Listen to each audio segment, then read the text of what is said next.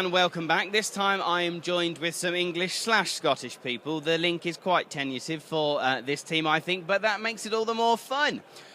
Fat Craig is eating. This, in case you don't know what he looks like, is Fat Craig, and he's eating. He's already had his lunch. He's already had his mid-morning snack. This is just more food. You don't get that kind of name without it, do you? Love you. So, what's your name and where do you come from? Fat Craig, Harrogate. Fat Craig from Harrogate. Rob from London. And Andy from Cumbria. Now, forgive me, none of those sound very Scottish.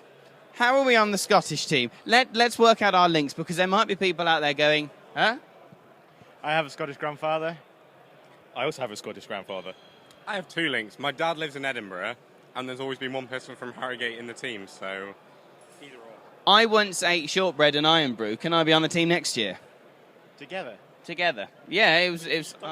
I was dunking the iron brew shortbread. Lovely. How did you select your team?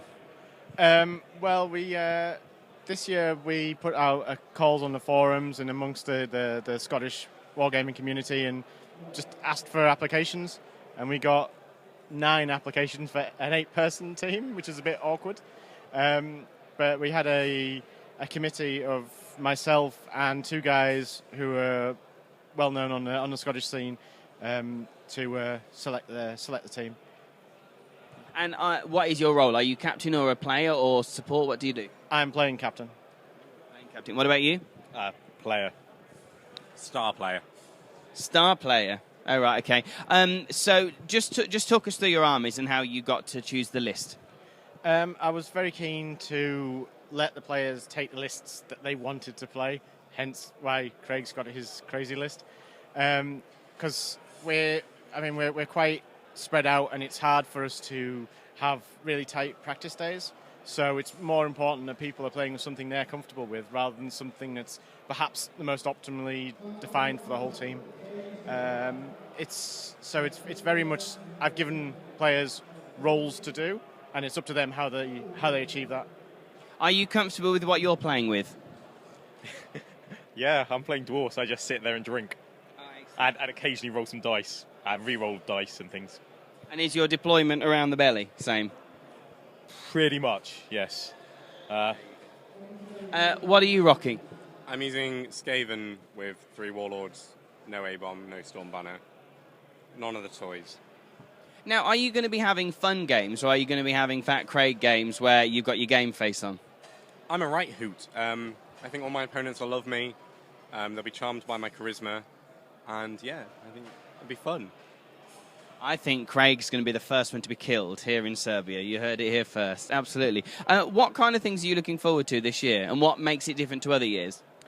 I'm hoping for a good social scene as in previous years. We're going to try out the local gaming club, Valhalla, tonight. I thought you said gay club then. I don't think there's many of those in this country at all. As is clear by the sign near our dorm. Absolutely. Yes. There's a picture on Twitter of that if you want to know what sign it is. I think just, although we've done a lot of preparation for this, we're still here to have fun. It's still a holiday for us. So, drinking, enjoying ourselves, trying to meet locals if any of them speak English. Meet the locals in what sense? Meet people? Kinky sense, or? I think just socialise with other people. Just generally, meet new friends and, as always with EC, meet old ones as well. Yes. That is the fun, the whole international aspect. How do you think that's going to fare with you? Because is this your first big international event? Yes. Good. What do you think is going to happen? I think it'll be fine. I've been playing in the singles event, and so I played for different people from different countries, and it's been fine so far, so should be all right. That's cool. Do you think Scotland have got a good chance of coming anywhere near the tops, or is it down the bottom all the time? Well, if we don't finish first, we'll probably finish pretty close to it, I think. No, we are trying a bit harder to do well this year than in previous years, but we're not going all out for glory. We'll just do as well as we can. As long as we're at the end of the weekend, we're happy with how we've played and how we've performed, then that's the result. We're more here for the experience rather than the glory. Yes, absolutely, and I think that's the right attitude to have for your kind of players, really. Just here for the fun of it. Yeah, I'm only joking. How important is pairings for you? Very important, especially on the sort of the overall sort of strategy we're taking. We've got to get it right, but Tim and I have been doing it for 5 years now, so we're pretty practiced at it. We don't have any fancy iPads or anything like that. We just do it in our heads and on paper. We have paper, paper. In the old days, we did it on paper or stone, chiseled into stone. You are that old, yes. Yeah. Here since the dawn of time. In fact, you've been playing Warhammers for 18 years, haven't you? I've been going to tournaments for 18 years. I've been playing Warhammer for a bit longer than that. Goodness me. That is a really, really long time. Warhammer's obviously changed a lot. How does the current version of Warhammer, 8th edition, are we 8th edition? 8th edition at the moment. How does that work in the big tournament scenes? Or do you think there would have been a better version of Warhammer to be at this event? No, I quite like 8th edition. I think it's probably the best tournament edition they've done yet. The rules are, obviously there's still lots of holes and grey areas that people don't know, but they're better. They could be even better. Perhaps, Games Workshop could ask people how to make their rules better before they release them. That would be useful. But no, it's good. I like it. Are there any differences that you've found, Mr.? Talk to me, not to him. I'm interviewing you. Are there any differences about playing at events like this back at home? I think a team tournament is very different because it's a lot harder for you to go all in for something that's risky because, you could be ruining 7 other people's day. Yeah.